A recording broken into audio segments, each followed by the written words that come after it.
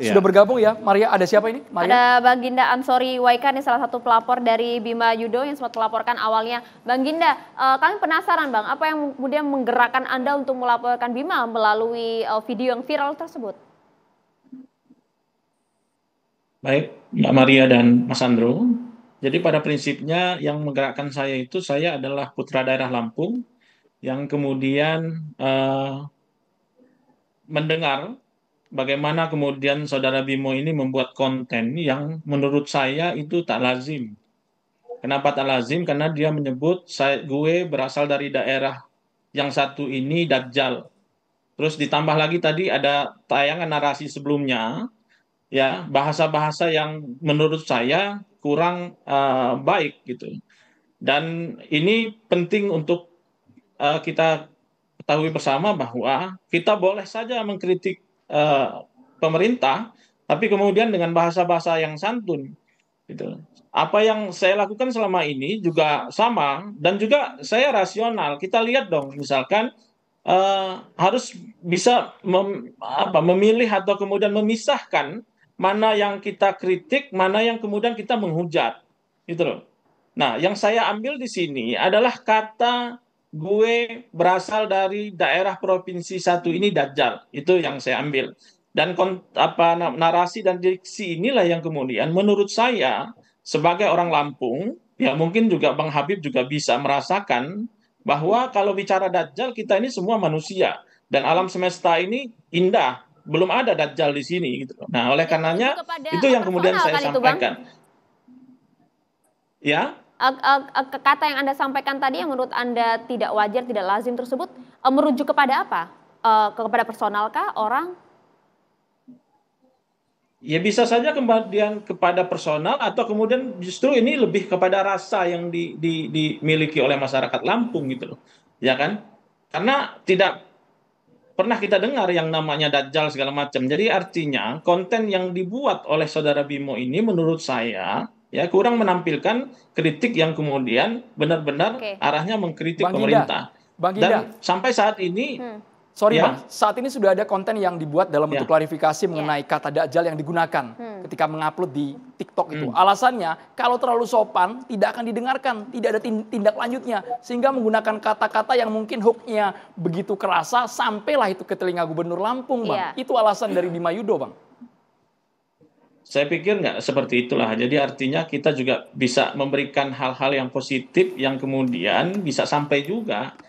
Gitu loh. Dan itu pun Mas Andro tergantung juga proses anggaran. Saya sepakat dengan Bang Kapitra tadi bahwa perlu diketahui ini Provinsi Lampung yang saya dapat informasinya bahwa Pak Gubernur yang sekarang menduduki jabatannya itu harus menyelesaikan hutang rejim masa lalu. Itu 1,7 triliun. Oke, Bang. Ya kan setelah itu kemudian ada COVID. Nah, artinya apa yang disampaikan Bimo ini pada konteksnya adalah lagi mau dibangun pada 2023 ini gitu dengan anggaran yang terbatas. Oke, kita akan lihat nanti perbaikan akan seperti apa Bang Ginda. Tapi kita juga ingin tanya nih kepada warga Lampung juga, Bang Habib Rohman, respon Anda. Ya, ada dua level, ada dua masalah. Yang pertama soal cara, yang kedua soal substansi.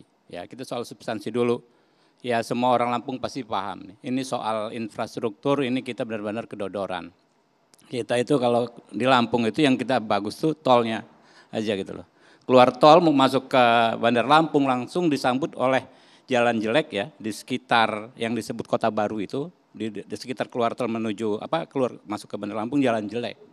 Saya tuh malu kalau kunker komisi gitu kan ke Polda Lampung atau ke Kejaksaan Tinggi Lampung lewat jalan-jalan yang begitu jelek keluar dari tol situ. Apalagi di daerah-daerah sekitar kampung halamannya Bima ini. Saya paham itu kampung halaman saya juga. Dulu Lampung Tengah, sekarang Lampung Timur, daerah Raman itu. Nah, kedua ya, tapi sebelum yang kedua saya mau mengatakan, merespon dari Kakanda Kapitra tadi. Benar, Bima ini nggak menyebut justru ini yang salah gubernurnya kah, bupatinya kah, tapi ini kritikan umum. Yang masalah ini orang yang meresponnya seolah-olah Bima menyudutkan gubernur seorang. Menyudutkan gubernur sebagai pemimpin tertinggi di Provinsi Lampung. Sehingga perlu gubernur menelpon langsung, lalu disebut memaki-maki orang tua Bima. Nah itu masalahnya di situ. Harusnya kalau saya melihat respon yang cukup elegan justru dari Bu Wakil Gubernur. Yang menjelaskan luar biasa. Nah, lalu ke soal cara, saya pikir ini caranya benar-benar smart ya yang disampaikan oleh Bima ya. Saya jarang ketemu anak muda begini. Satu peduli, kedua caranya pinter banget. Dia bikin tabel, dia bikin riset, kasih data dan lain sebagainya. Hal-hal yang kita alami tapi saya tuh nggak pernah berpikir untuk membuat kritikan seargumentatif itu. Iya. Saya nggak tahu dia anak ini kuliah apa ya, jurusan apa ya. DPR kalah Bang, DPR kalah. Saya dalam hal ini, saya orang Lampung ya kan nggak bisa menyusun dalam waktu secara singkat dengan cara yang sangat komunikatif. Nah ini komunikasi, penggunaan ada kata itu kan tidak terlepas dari konteks.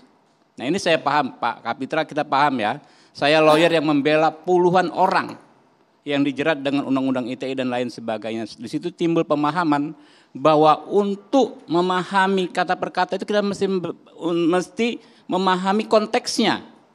Kalau dalam hukum itu Bang Kapitra paham banget yang namanya mens rea. Sikap batin, niat, adakah orang ini, Bima ini pengen menjelek-jelekkan Provinsi Lampung. Pengen memfitnah kami orang Lampung. Enggak ada sama sekali.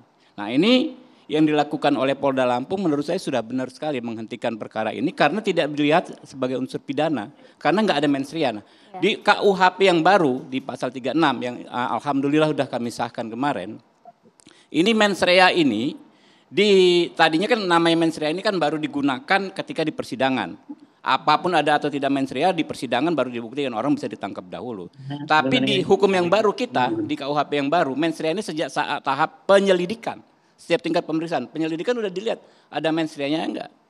Ternyata apa yang kami usulkan, saya berapa kali usulkan ke Pak Kapolda, ya, ke Pak Kapolri, ini enggak ada mens rea-nya. Ternyata saya lihat terlaksana dengan baik, ya.